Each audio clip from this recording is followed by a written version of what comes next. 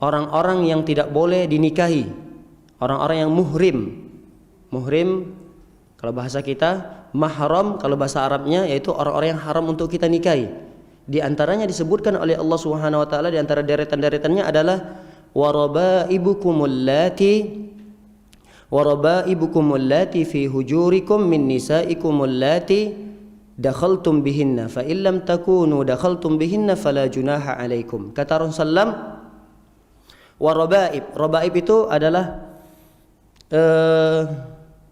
anak tiri, anak daripada istri. Ada seorang menikahi seorang perempuan ini membawa anak perempuan.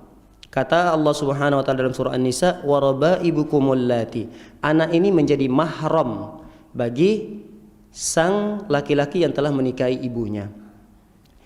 Fi hujurikum, syaratnya bahwasanya seorang anak tiri ini menjadi mahram adalah ketika anak ini berada di pemeliharaan sang suami. Maksudnya apa? Maksudnya persyaratan ini adalah persyaratan yang tidak mutlak. Yang mutlak dalam ayat ini syaratnya adalah allati dakhaltum bihinna. Ini syarat mutlaknya, yaitu sang ibu yang dinikahi oleh sang laki-laki telah digauli. Ini syarat mutlak, tidak boleh menikahi anaknya lagi. Jadi kalau ada seorang laki-laki menikahi seorang perempuan, baru akad, datang anak perempuannya bawa minuman. Ternyata anak perempuannya lebih cantik daripada ibu yang dinikahinya. Dia ceraikan ibunya yang baru tadi dia akad, lalu dia menikah dengan anak perempuan yang dia lihat tadi lebih cantik daripada ibunya. Boleh atau dalam segi syar'inya? Boleh. Kenapa? Karena ibu yang baru saja dia nikahi, baru saja dia terima pernikahannya, belum dia gauli. Ini syarat mutlak kata para ulama. Ada syarat yang disebutkan dalam potongan ayat ini adalah, tapi syaratnya tidak mutlak, tidak menjadi suatu keharusan, yaitu allati fi hujurikum, yang anak tersebut ada di pemeliharaan sang suami.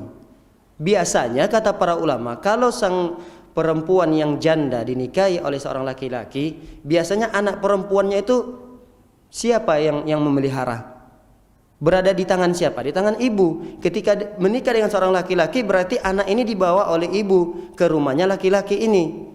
Maka kata para ulama, persyaratan bahwasanya anak tiri ini menjadi mahram dengan syarat harus anak ini berada di rumah, di pemeliharaan laki-laki tadi, ini bukan syarat mutlak.